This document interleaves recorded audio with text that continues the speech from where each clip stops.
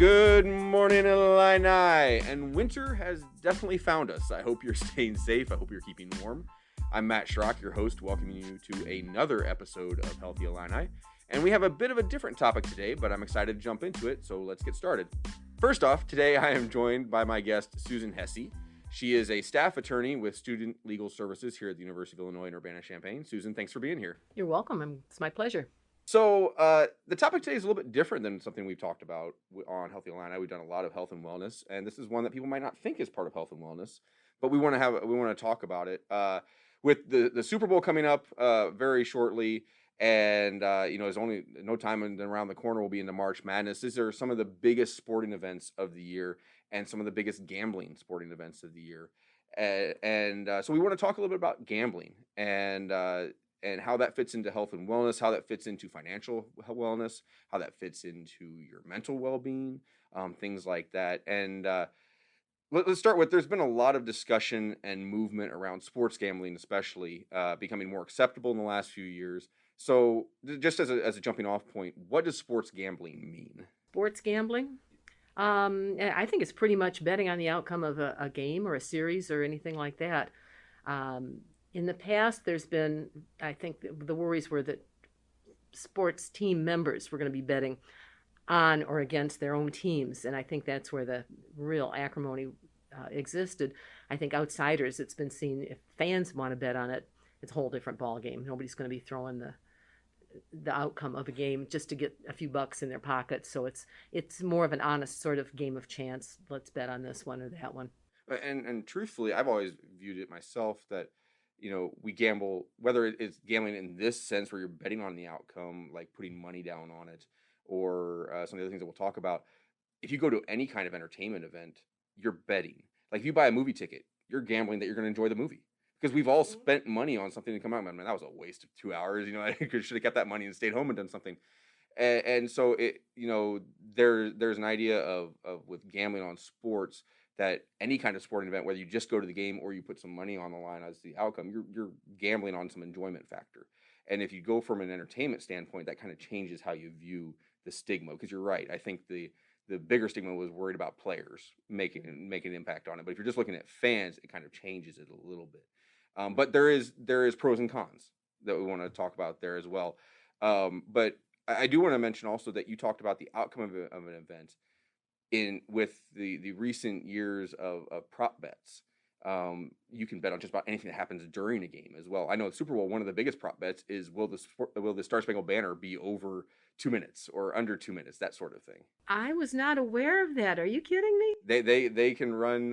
They can bet on that. You can bet on the first score of the game will be a touchdown or a safety or a field goal, like these types of things. I mean, their prop bets are huge where you can bet as the game goes on. So there's a lot of that happens. Now, one of the other things that has changed gambling in the context is the onset of the internet.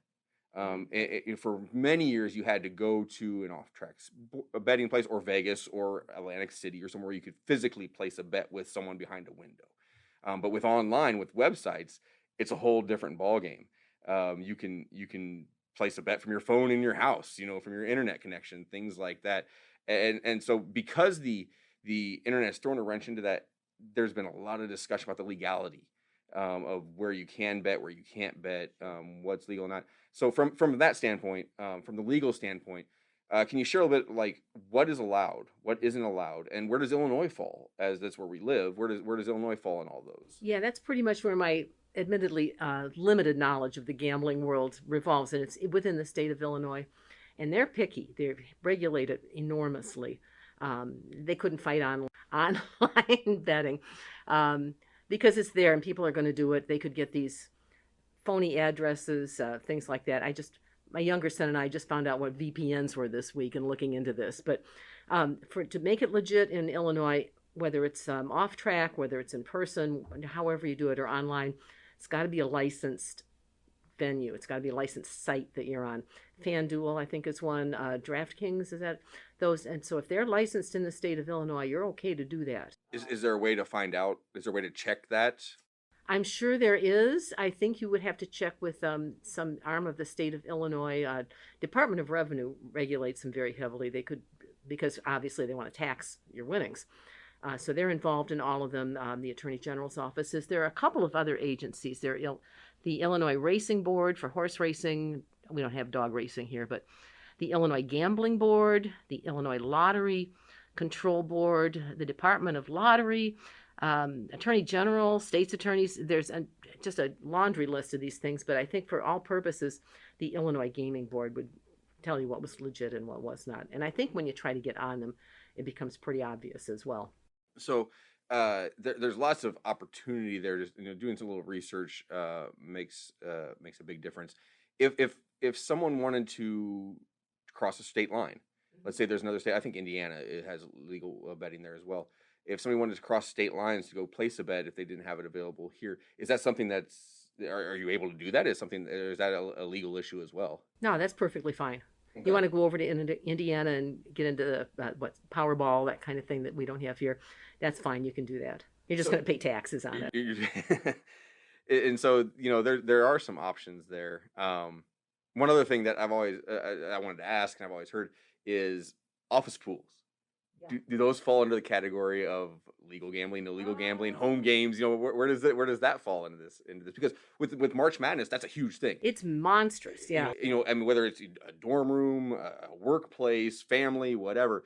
Everybody. I mean, I fill out like 4 or 5 every year on various places. ESPN has one, Yahoo has one. Brackets. That's an office pool. Yeah. Where does that fall in the legality? If money changes hands, that's completely illegal. Okay. We used to call them in my old office in a private firm. It was the guessing game every March, and they could call it what they wanted, but money was, if it changed hands, you're not supposed to do that. So there is no office pool that, like, hey, if you do it this way, it's okay. That's the key, is the money changing hands. Right. So now, I mean, it does happen. Not saying it should or shouldn't, but the other side of it is there's no way to regulate every office pool in America. Oh, heavens no. Is impossible. No, and most of it's perfectly harmless. Yes. It's self-contained. So so there's a balance of personal responsibility with these things as well. I was just curious where that fell, because I'd heard I've done I don't know how many pools like that, and I was just curious where that fell in that scope of is it really okay or is it really not okay? But going back to talking about we talked about the legality of it and what is and isn't allowed. And so if you stay within the bounds of what is legal, then there's options there to do this as entertainment, to do it responsibly. But I think that's part of the other thing we need to discuss a little bit is being responsible in it. Because just because you can do something doesn't mean you should do something. So from any kind of any kind of opinion or perspective, what are some of the traps to watch out for when you're looking to get into this world, or looking into any kind of using your finances? Is there anything that you would recommend to just to be aware of going into it?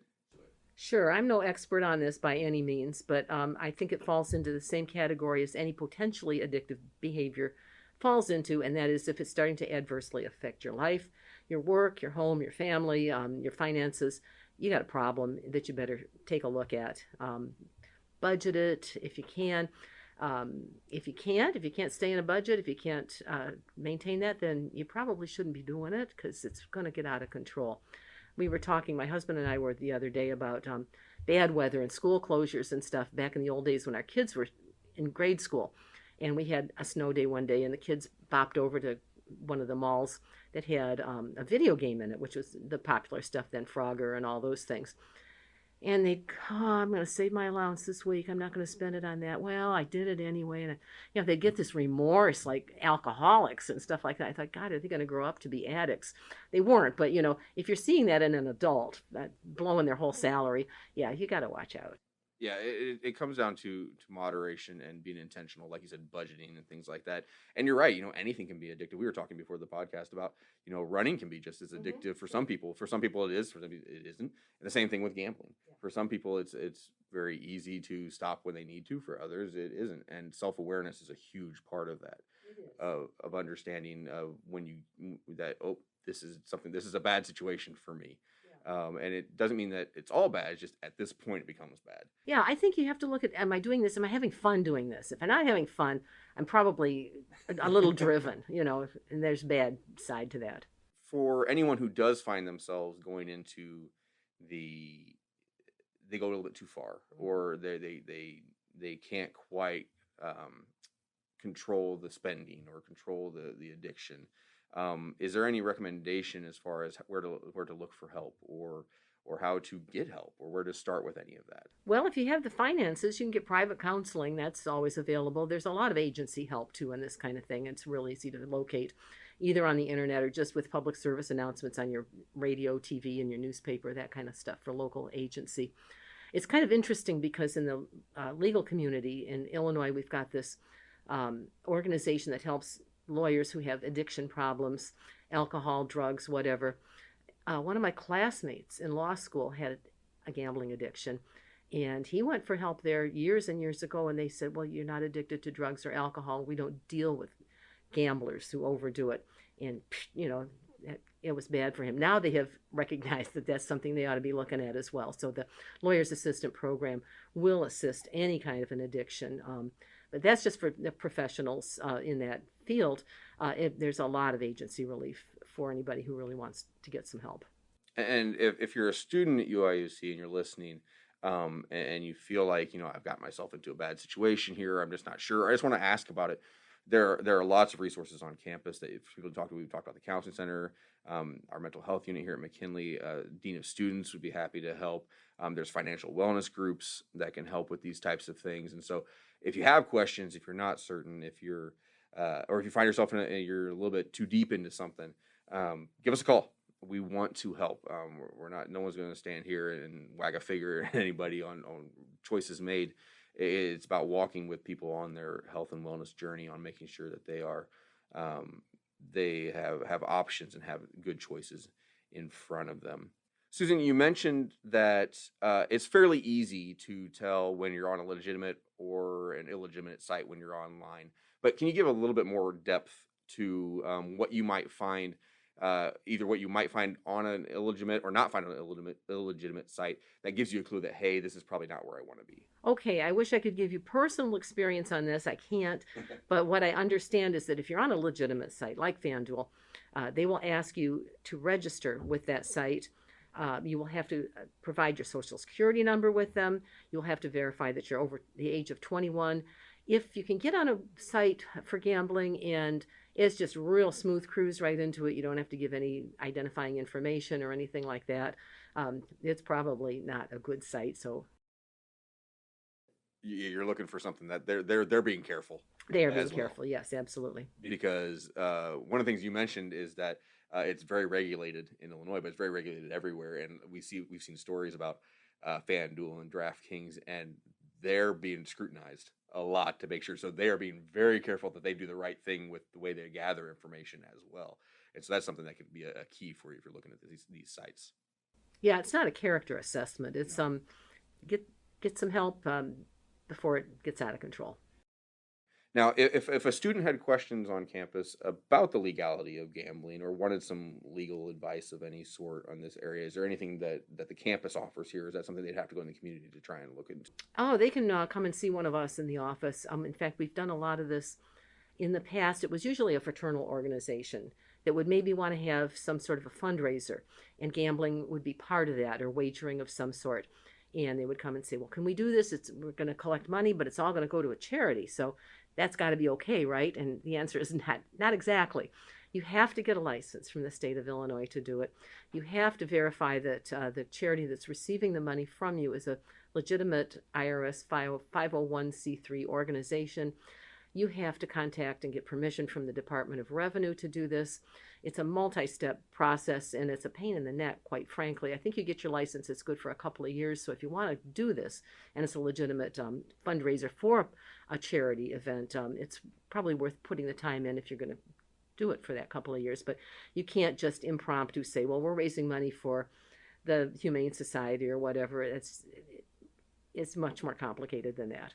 But if you have questions on that, reach out to our student legal services. They're just like every other unit on campus. We are here to serve students. We are here because we care about students. We are here because we want to help students. And it never hurts to ask a question. And we are here to help. So, well, Susan, that's our time. It's one of those things that always flies by. It really does every time we hit a topic. I really do appreciate you taking the time to talk about this today. A topic that is a little bit not talked about much. But we wanted to give an opportunity for somebody to listen to say, hey, identify with that or have questions about that, and just at least start the conversation. So I really appreciate you being here today. Thank you. It's my pleasure, and this is so timely brought, again, with the Super Bowl, with the March Madness. It's perfect. Health and wellness can encompass a whole host of ideas and topics. That can also include our financial and our mental well-being, and gambling, it kind of falls in that category. And gambling is like any other activity. There's potential for positives, there's potential for negatives. It's all about being proactive and intentional in the approach and understanding your limits and also understanding the rules. So if you've been listening today and you heard something that piqued your interest, or you want more information on, or you're curious about, feel free to reach out to us. We'll have some resources in the episode description, but reach out to us at Healthy Illini. We'd be happy to direct you in the right direction and get you in touch with the right people. But thank you for joining us today. You are on a personal journey no matter where you are in it. You are important and you matter. Your health and wellness are important and matter, and we are here to keep you well to excel. So go have a great week, Illini. Let us know how you're doing, and we'll catch you next time on Healthy Illini.